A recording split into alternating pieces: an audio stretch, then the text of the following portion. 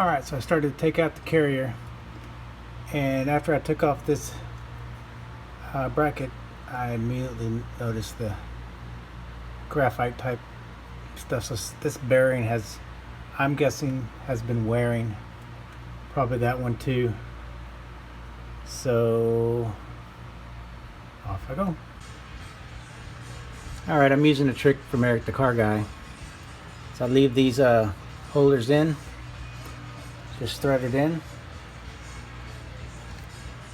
and then use the pry bar to go up underneath and pop it out, and then it hits this. So it doesn't fall right at you since you're working alone. So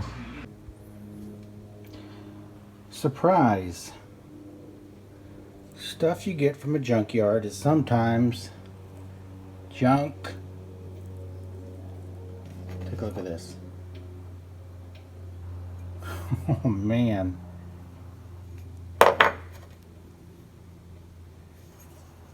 They were riding that for a while too.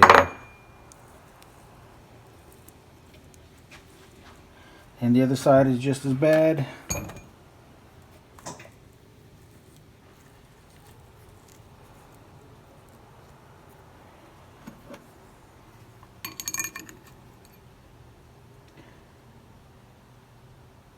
So now I'm going to check the pinion gear. So I have the pinion gear separated from the drive shaft so I can listen to see if there's any growling.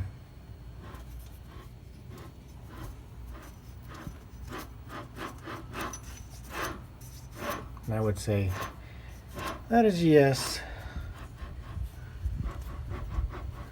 So this is gonna have to be replaced.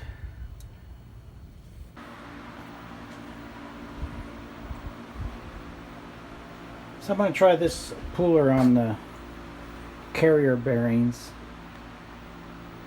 because I couldn't find a place that prints one for specifically this job, and there's different types. You can cut it away and all this other stuff, but I wanted to try this to see if this works. It looks like it's gonna work. I mean, it grabs right underneath the bearing, so it's hitting the metal, and there's like a little indentions on the housings that those go into. So I'm going to try that. It's right out of the box. I need to oil it up and reattach them, and it doesn't come with a somewhere to put, you know, the bolt on. So what I am doing, I'm using the this little guy I used to take off the, what do you call it, the bushings, the bushing removal tool from LMR. This is the little backing plate, or it's not little, it's pretty thick, that goes to remove the upper bushings, and I think that's going to work. So we'll see.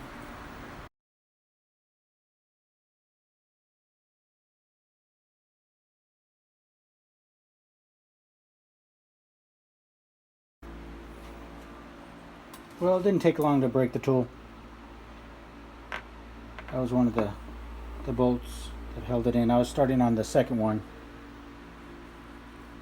and I couldn't really tap it as much on the bottom, so I decided to give it just a little bit more torque.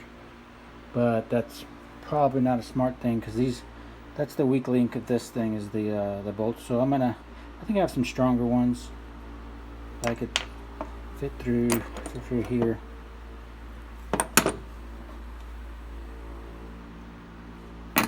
So yeah.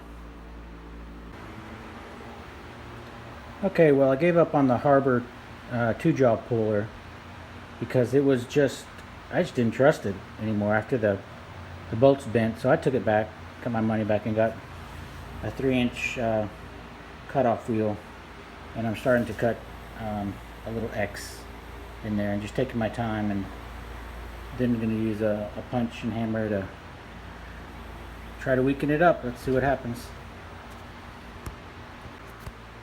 Alright, well, I got it out, but I messed it up. Oh man, this is junk now. but it's my practice carrier, so it's a 28 spline carrier. So now this is a parts. It's a parts part. So that's okay. I'm gonna go grab a 31 spline from the junkyard. But I think what I'm gonna do, I don't know if I'm gonna invest in a good bearing removal. Either I'm gonna do that, or I'm gonna go just drop it off at a shop to get it, those pressed out. It's probably gonna be the same price for a really good bearing removal tool and some labor, and to drop it off at the shop. So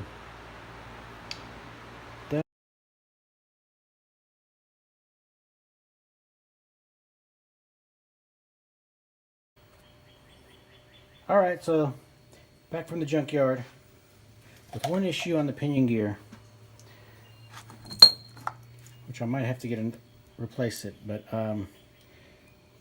that was the bearing inside of here, and it was rusted on pretty good, wouldn't budge, and I was trying to do everything to get the pinion without hitting on this too hard, but it really couldn't. So I had to hit on it, but it's mushroomed out just a little bit. You could feel it just at the very top, maybe like these last couple. So the nut won't fit on top. So these are the type of things you run into with junkyard stuff. So I could go in and go pull another one. It's kind of tough, hard work to get to this point. I'd rather not.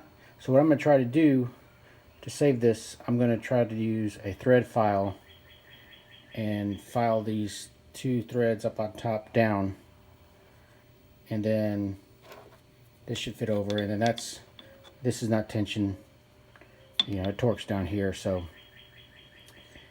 that's my plan, and if that doesn't work, then I return this for another one, and I go out and get dirty at the junkyard again.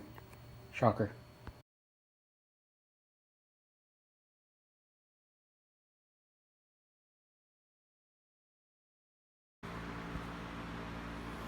Alright, well, this was mushroomed way too far. It was not just up on the couple of lines, but it's mushroomed all the way kind of down here. So I've been working it down, and it's still hitting around here, and that's getting too close for comfort. So what I'm going to do is I got it from Pick and Pull, which is good because they'll give a 90-day return credit. So I'm going to return the pinion and the carrier since they are mated, and then go find another one and chalk this one up as to lesson learned. If don't hit the pinion too hard, but it's going to be tough because if you get that far and you've done all that work, it's kind of tough not to whack at it. But you have to cut your losses because this bearing, let's go like this, was on there, and usually it falls off real easy. Like the one I took out of the car, just once you push the flange off, you hit it from the backside. I did the same thing at the junkyard. And this thing usually just pushes out no problem. But this one was stuck in there, so now I know if it's stuck in there, there's something like this going on, and you might want to just cut your losses on that. I'm actually going to keep that carrier right here, but I'm going to change the ring and use the ring for my 28 spline, which is a 308 gear. Put it on that, and then that way I could reuse the 308 pinion, since this pinion that I pulled out is I just don't, it just did not play out right. The threads are all messed up, and whenever I did the math on the 373 on a C4 with a C4 transmission, it's just for highway gear, it's just high for the RPM range. I think it was over 3,000 with 25.16 height wheel. It's a 15 inch wheel. I can go up to 16 and get it down, but I think that's going to be okay. And since I'm putting in a pinion gear, I should know this pretty well, so that if I want to switch gears later, I could do it again.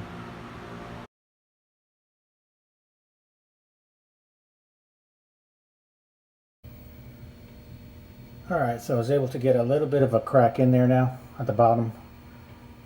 See that dark area? And that was from using a little bit of heat, matte gas, 30 seconds this side, 30 seconds the other side. And then I applied some pressure, torqued down the sides, and then came in with a little Harbor Freight cheesy chisel, and was giving it some good blows up there, and got it to move. So now it should be a lot easier to get off now. So I made this contraption out of bearing separator and the bearing puller that I got. The smaller bearing puller was well. I mean, I don't know if it would work or not, but it had a lot of tension on it, and I just didn't feel comfortable with that much tension. So, and it was only being held in by those little bitty,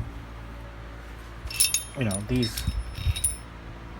And so the contact area wasn't that great, but the tension was pretty high. And with this bearing separator, you could have the contact at the top at a pretty good percentage of the of the casing. And so I set this up, torqued it down, not terribly tight, but pretty good, hand tight, no tools. And then I got a big old chisel and a big hammer, gave it some good pops, and made a separation. So now that I have a separation, I should be able to take it off. But yeah, I had to use this contraption. Wasn't happy about it, but it seems to be working a little bit.